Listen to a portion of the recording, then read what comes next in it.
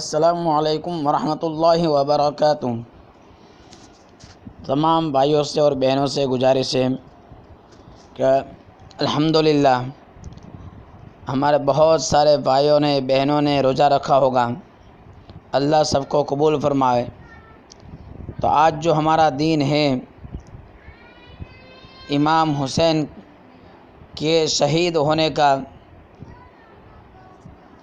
تو اس وقت ہمارے امام حسین نے نماز کو نہیں چھوڑا تھا، آخری وقت میں بھی ہمیں نماز کی دعوت دے کر گئے ہیں۔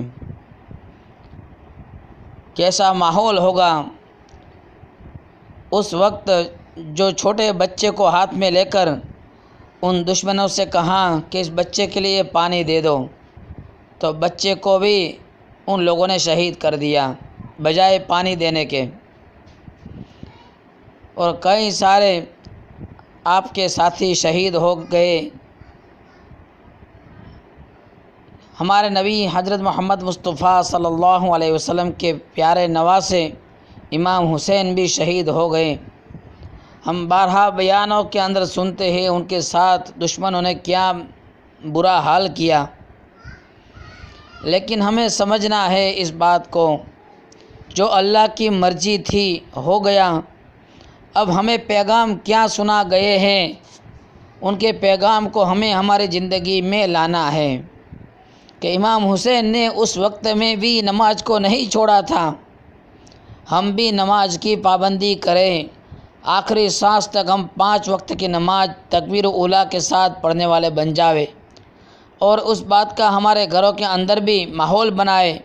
اور محلوں میں بھی ماحول بنائے۔ ہم جہاں کہیں بھی جاویں، بازاروں میں، کھیتوں میں، سفر میں، حجر میں، رات میں، دین میں، دیش میں، ودیش میں، جہاں کہیں بھی ہو، ہم اس ماحول کو بنانے کی فکر کریں، محنت کریں کہ ہم کہیں بھی ہو، نماز کا وقت ہو، ہم نماز پڑھ لیں، ہماری نماز قضا نہ ہو۔ اور اسی طریقے سے آپ کے ساتھ خواتین بھی تھی، خواتین نے بھی اپنی مریادہ کو کیسے بچایا،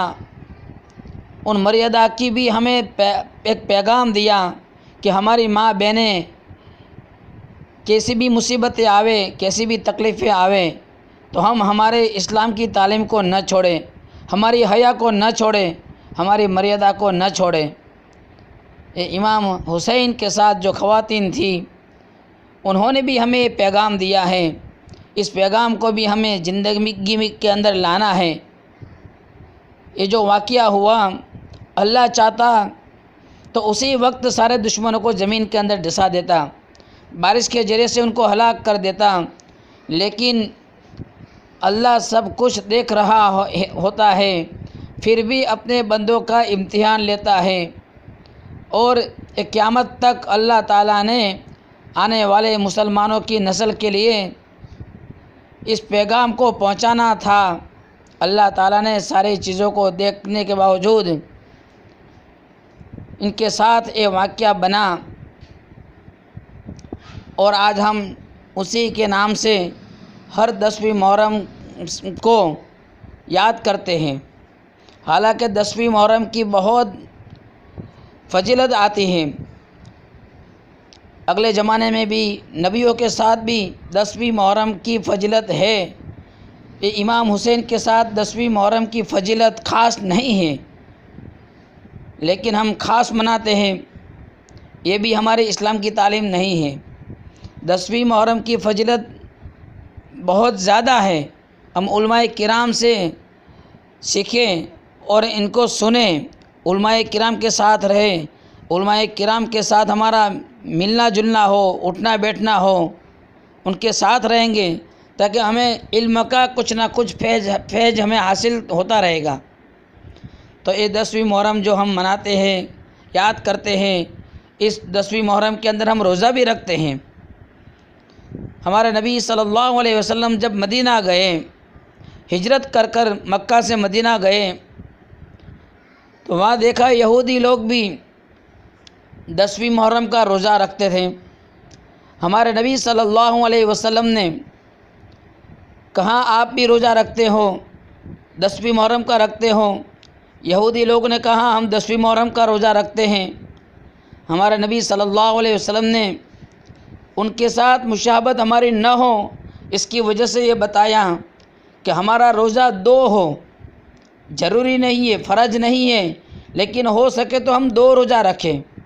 9ویں 10ویں کا روزہ رکھیں یا پھر 10ویں 11ویں کا روزہ رکھیں،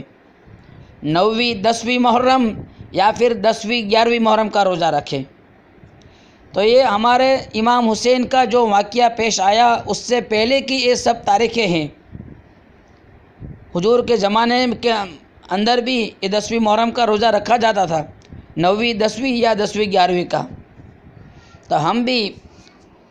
سب فضیلوں کے اندر داخل ہوں اور امام حسین اور ان کی خاتون کا جو خواتین کا جو پیغام ہے، تمام بھائی اور بہن اس پیغام کو اپنا مقصد بناویں اور اپنی زندگی کے اندر لانے کی کوشش کریں، فکر کریں، محنت کریں اور ہمارے گھروں کے اندر بھی ماحول بنائیں۔ تو اس کا پیغام یہ ہے کہ ہماری ماں بہنیں جتنی بھی گھروں کے اندر رہتی ہے، الحمدللہ گھر کی حفاظت کرنا، گھر کی دیکھ بھال کرنا مستورات کی ذمہ داری ہے، اور جتنی بھی ماں بہنیں کسی بھی وجہ سے، کسی مجبوری کی وجہ سے یا کسی کام کے لیے باہر جانا رہتا ہے، مثال کے طور پر ملازمت کے لیے جانا ہو، کسی اسکول کے اندر ٹیچنگ کے لیے جانا ہو یا کالج کے اندر جانا ہو، پڑھنے یا پڑھانے کے لیے، جس کام کے لیے بھی جانا ہو، ہماری ماں بہنیں بھی اس 10ویں محرم کا جو واقعہ بنا اور ہمارے ماؤں نے، خواتین نے جو ہمیں پیغام دیا، اس پیغام کو بھی اپنی زندگی کے اندر لائے، یعنی ہماری مریادہ اور ہمارے جو ہے حیا کو نہ بھول جاوے کہ اسلام کی ماں بہنوں کی مریادہ اور حیا کیا ہے، اس چیز کو بھی ہم ہمیشہ یاد رکھیں۔ چاہے ہم کتنی بھی بڑی ڈگری والے ہو جاوے، کتنی بھی بڑی اچھی ملازمت کرنے والے بن جاویں،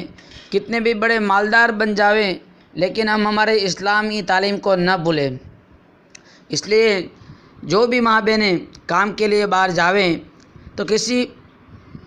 مردوں کے ساتھ ان کو بات کرنا ہوتا ہے تو مردوں کے سامنے ہو سکے تو اپنا چہرہ نیچے رکھ کر، نگاہ کو نیچے رکھ کر بات کریں، اگر ضروری ہے تو سامنے بھی دیکھیں لیکن اپنی مریادہ نہ چھوڑیں،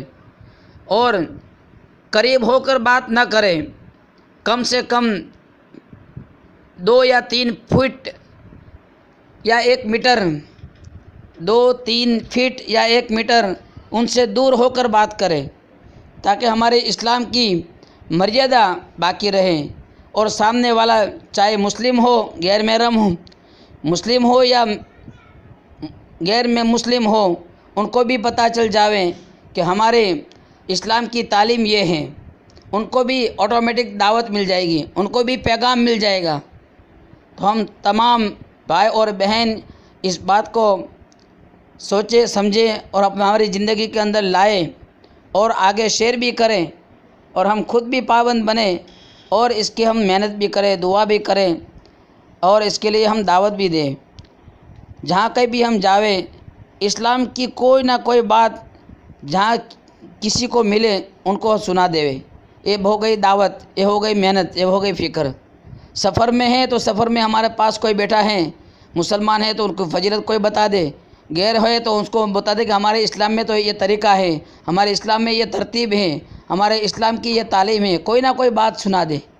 تاکہ ہمارا بھی بہت فائدہ ہو، اور ہماری بات کے اوپر سامنے والے کے دل میں کوئی بات اثر کر گئی تو ہماری زندگی